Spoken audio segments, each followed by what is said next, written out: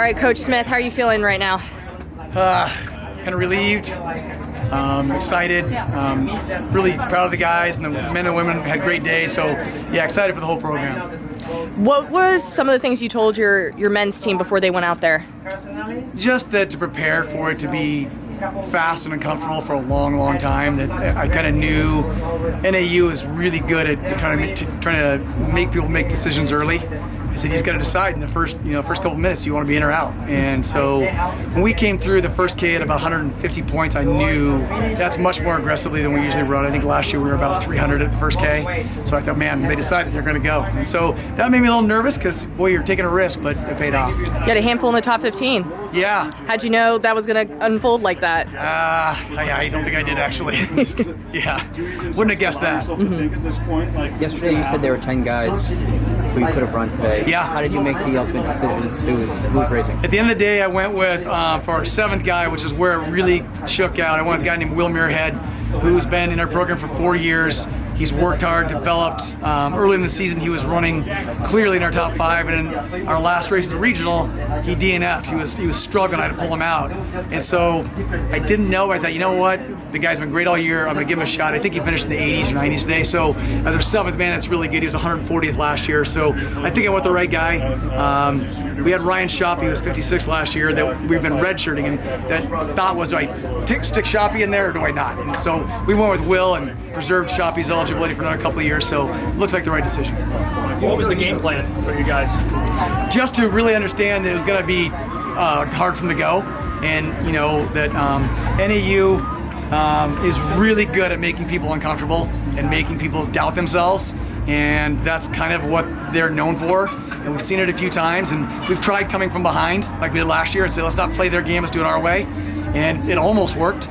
And we approached our conference meet this year, which is a really tough conference. I think we went 1-3-5-7 today as a conference. I say, hey, let's practice. Let's just go out there and run hard from the gun.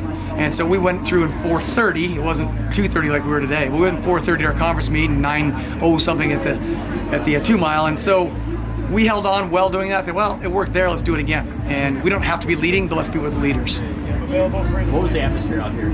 Incredible atmosphere. Great venue. I think. I said yesterday in the press conference, the setting, there's not a more beautiful setting for cross country than this one. I think the course ran really well. The fans were in an electric environment. Unfortunately for coaches, there's very few places on the course where you could actually communicate any information to your athletes, but fun for the athletes because it's electricity the entire way. And I think we all dream of a breakaway touchdown where the crowd roars, and that's kind of what they got here. They got to hear that crowd noise the entire way. So I think that's great for the athletes. You've won 3 times, but it's been 11 years since the last one. How does 4. So 3 times before, now 4. Correct. How does this feeling compare to the first 3? This one, I think we had to beat one of the greatest teams of all time in the NCAA, not just in cross country, but in all sports. To win 6 out of 7, be going for 7 out of 8. The NAU has kind of raised the bar for everybody and said, now if you want to win, it's this level. And we had to grow to that level. And so I think this one, we always had to beat great teams, good teams that were kind of comparable to us, but this is an all-time great team. And so to knock them off is probably even more meaningful, to know you got, like I said, one of the all-time great NCAA programs in any sport. Did you think you'd be able to score as low as you guys did today? In my dreams, yes. I thought it would be, honestly, we kept saying 72 points a win. Turns out that wouldn't have won. Yes. But we kept saying 72. If we get to 72, I think we scored 72 in 2010. And I kept feeling like this is one of those years, 72 will win it. And that's what we kind of kept mapping out, how do we get to 72? And fortunately, we didn't score 72. I don't think I could have handled another 1-point loss or a tie. Okay. At one point, we were tied, right, in this race. I couldn't see the results. My wife's calling me, and she says, hey, it's whatever K, you're tied. I go, don't say tie. And then in 9K, she says, hey, you got in the bag, you're up by this. I go, no, where's Brody Hasty?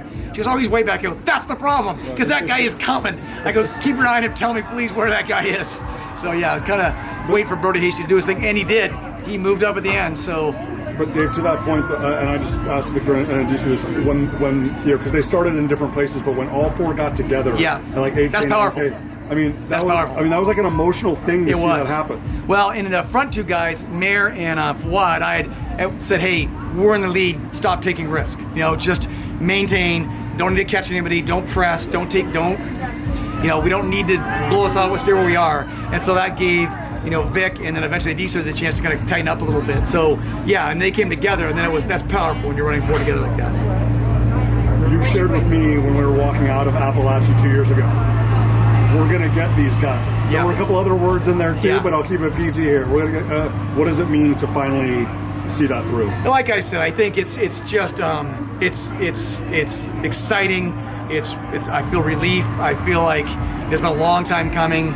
And again, to beat one of the all-time great sports teams in NCAA history, it means a lot. I mean, it means it's an extra special win. And honestly, Mike Smith is one of the coaches I respect as much as any coach in the NCAA in any sport. I've been following him. I listen to what he says. I think he's got great perspective.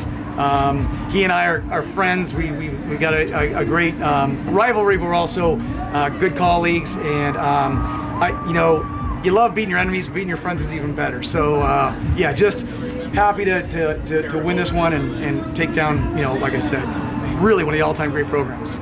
And they're going to be right back next year. There he goes. He's kicking right now. He's still coming. All right, we're going to get Coach back to celebrating. Thank you very much. Thank you so much. Thank you.